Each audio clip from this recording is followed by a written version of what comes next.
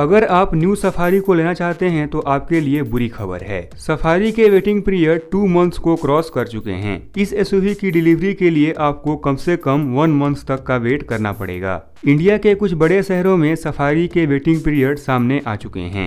India के 20 अलग अलग शहरों में ये सफारी के वेटिंग पीरियड हैं। न्यू दिल्ली में सफारी का वेटिंग पीरियड 2 मंथ्स तक पहुंच चुका है। इसके बाद बेंगलोर में कस्टमर्स को 1 मंथ तक का वेट करना पड़ेगा। मुंबई में सफारी का वेटिंग पीरियड 1 से 1.5 मंथ्स के बीच है। दिल्ली की तरह हैदराबाद में भी कस्टमर्स को सफारी के लिए 2 मंथ्स तक का वेट करना पड़ेगा। इसके बाद पुणे में सफारी का वेटिंग पीरियड 1.5 मंथ से 2 मंथ्स के बीच है। चेन्नई और जयपुर इन दोनों सिटीज में आपको सफारी पर 1.5 मंथ्स तक का वेटिंग पीरियड देखने को मिलेगा। दिल्ली और हैदराबाद की तरह कस्टमर्स को अहमदाबाद में भी सफारी के लिए 2 मंथ्स तक का वेट करना पड़ सकता है। गुड़गांव में आपको सफारी पर 1 मंथ तक का वेटिंग पीरियड देखने को मिलेगा। इसके बाद जिन शहरों में सफारी पर 2 मंथ्स तक का वेटिंग पीरियड है उनमें लखनऊ भी शामिल है। कोलकाता में सफारी के लिए कस्टमर्स को सिर्फ 1 मंथ तक का वेट करना पड़ेगा। सफारी पर सबसे कम वेटिंग पीरियड कोलकाता और सूरत में है, जो कि सिर्फ 1 मंथ तक का है।